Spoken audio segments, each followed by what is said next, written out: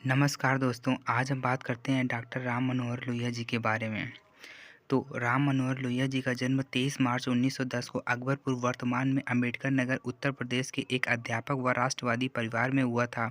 गांधी जी के विराट व्यक्तित्व का इन पर गहरा असर हुआ। लोहिया जी अपने पिताजी के साथ 1918 में अहमदाबाद कांग्रेस अधिवेशन में पहली बार शामिल हुए।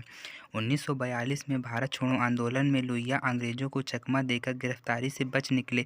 अपनी समाजवादी मित्र मंडली के साथ वे भूमिगत हो गए। भूमिगत रहते हुए उन्होंने बुलेटिनों और पुस्तिकाओं का विविध प्रचार सामग्रियों के माध्यम के अलावा समांतर रेडियो कांग्रेस रेडियो का संचालन करते हुए देश में अंग्रेजों को लोहा लेने के लिए प्रेरित किया। अगस्त क्रांति के दौरान लोहिया ने के कौशल और साहस से महात्मा गांधी अत्यंत प्रभावित हुए। उनके पहले बापू डॉक्टर राम मनोहर लोहिया के कई विचारोत्तेजक लेख, बेबाक टिप्पणियाँ आदि अपने पत्र हरिजन पर प्रकाशित कर चुके थे। भारत में अंग्रेजों साम्राज्य का सूरज डूब रहा था। राष्ट्रीय नेताओं का यह मानना था कि अंग्रेजों के जाते ही पुर्तगाली भी गोवा को स्वयं कूच कर जाएंगे, इसलिए वहाँ सख्त झोंकने की ज़रूरत नहीं है। लेकिन डॉक्टर लोहिया ने वहां जाकर आज़ादी की लड़ाई का बिगुल बजा दिया। लोहिया का समाजवाद गांधी जी की विचारधारा के अत्यंत निकट था।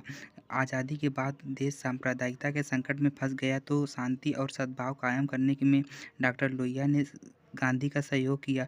1956 में डॉक्टर लोहिया और भीमराव अम्बेडकर के बीच में निकटता बढ़ने लगी, लेकिन 6 दिसंबर 1956 को डॉक्टर भीमराव अम्बेडकर के निधन से उनका राजनीतिक सफ़र अधूरा रह गया।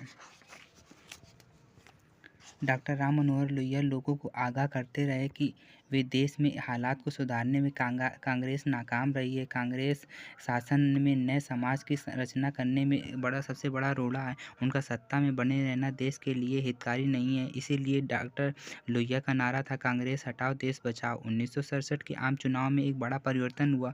देश के 9 राज्यों में पश्चिम बंगाल, बिहार, उड़ीसा, मध्य प्रदेश, तमिलनाडु, केरल, हरियाणा, पंजाब और उत्तर प्रदेश में गैर कांग्रेसी सरकार गठित हुई। डॉक्टर लोहिया के इस परिवर्तन की प्रेरणा का सूत्रधार बने। 12 अक्टूबर 1967 को 57 वर्ष की उम्र में उनका देहांत हो गया। डॉक्टर राम मनोहर लोहिया से जीवन में मिलने वाली शिक्षाएं।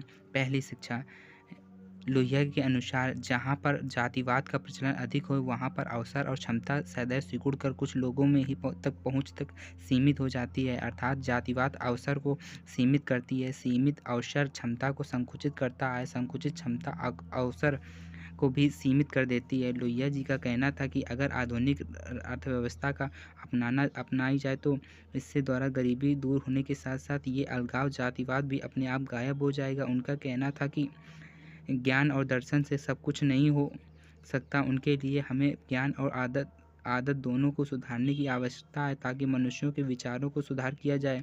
अगली शिक्षा, उन्होंने शिक्षा के क्षेत्र में कई सफल प्रयास किया। उनके अनुसार माध्यमिक स्कूल तक शिक्षा मुफ्त और अनिवार्य होनी चाहिए और उच्च स्तर तक शैक्षिक सुविधाएं मुफ्त एवं सस्ते उपलब्ध कराई जानी चाहिए। खासतौर पर अनुसूचित जाति, अनुसूचित जनजाति और समाज के गरीब वर्गों तक मुफ्त शिक्षा व सस्ती आवासीय सुविधाएं उपलब्ध करानी चाहिए।